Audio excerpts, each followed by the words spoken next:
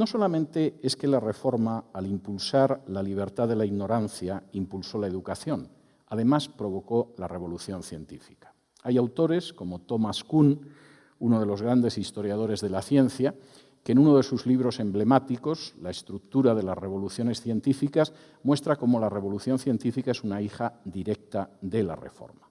Cómo sin la Reforma, ese regreso a los textos bíblicos, donde se habla de observar las hormigas, o mirar los cielos, o preocuparse de la vida de los animales, nunca hubiera nacido el método científico en la protestante Inglaterra, de la mano de un científico que se llamaba Francis Bacon, que por cierto también escribía tratados de teología.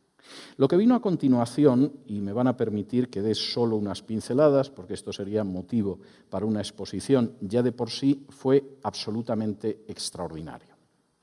Entre 1590 y 1605, dos científicos holandeses y protestantes, Isaac Breman, Johann Lippershine, inventaron el microscopio y el telescopio y abrieron las puertas, para Occidente al menos de momento, al microcosmos y al macrocosmos.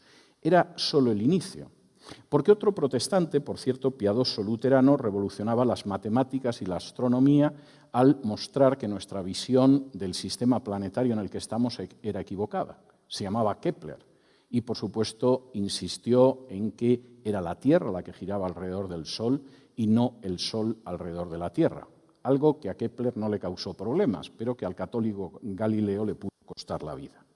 Era solo un ejemplo, porque, por supuesto, la física era revolucionada por otro científico protestante, Robert Boyle, cuya ley de Boyle todavía en mi época se estudiaba en el bachillerato. Pero no solamente era el caso de Robert Boyle, o el caso de Kepler, o el caso de Bacon, era el caso de Euler, el mayor científico de la historia de Suiza y uno de los grandes revolucionarios de las matemáticas.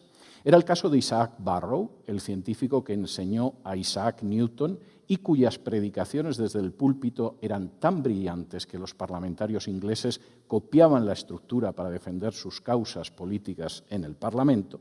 Fue el caso de Isaac Newton, personaje extraordinario al que conocemos por la manzana y la ley de la gravedad, pero que, sin embargo, al mismo tiempo se dedicó a otro tipo de actividades, incluida la economía, y a escribir comentarios bíblicos. Seguramente es el mayor científico de la historia de la ciencia.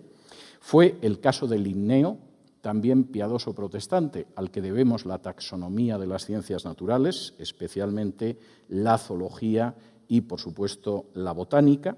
Fue el caso de van Leeuwenhoek, otro piadoso científico protestante, descubridor de las bacterias. Fue el caso también de Dalton, que, por cierto, es el descubridor de la moderna teoría atómica, pero, por cierto, abrió en el establo de su casa una escuela para niños a fin de que pudieran leer y escribir.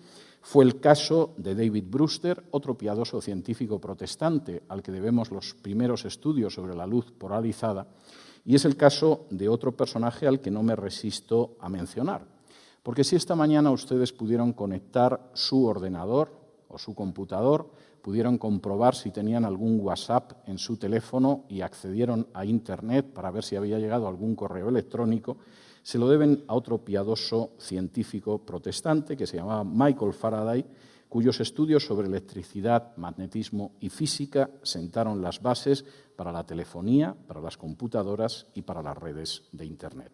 Eran casos evidentemente claros. Eso no solamente fue algo que duró dentro de la libertad de la ignorancia basada en la educación y en la revolución científica durante las primeras décadas de la Reforma. En el año 1991, un economista del Banco Mundial llamado John Halley decidió realizar una estadística sobre los premios Nobel serios, los premios Nobel de ciencia. Permítanme que subraye lo de serios, porque claro, el premio Nobel de literatura hay años que es serio y se lo dan a Miguel Ángel Asturias, y hay años que se lo dan a Bob Dylan. Y el premio Nobel de la Paz, pues hay años que se lo dan a Martin Luther King y hay años que se lo dan a un terrorista. Y entonces no son premios Nobel tan serios. Los premios Nobel científicos fueron sometidos a un estudio estadístico por John Halley. Desde el año 1901 hasta el año 1990, el 86% de los premios Nobel de ciencia fueron obtenidos por protestantes o judíos. Solamente un 14% fueron a parar a algún católico, algún agnóstico, algún hindú, algún ateo. Por cierto, de ese 86%, 22% eran judíos, 64% eran protestantes.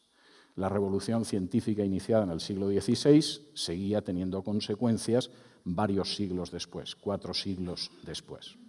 La Reforma implicó un gran empuje en libertar a la gente de la ignorancia y del atraso.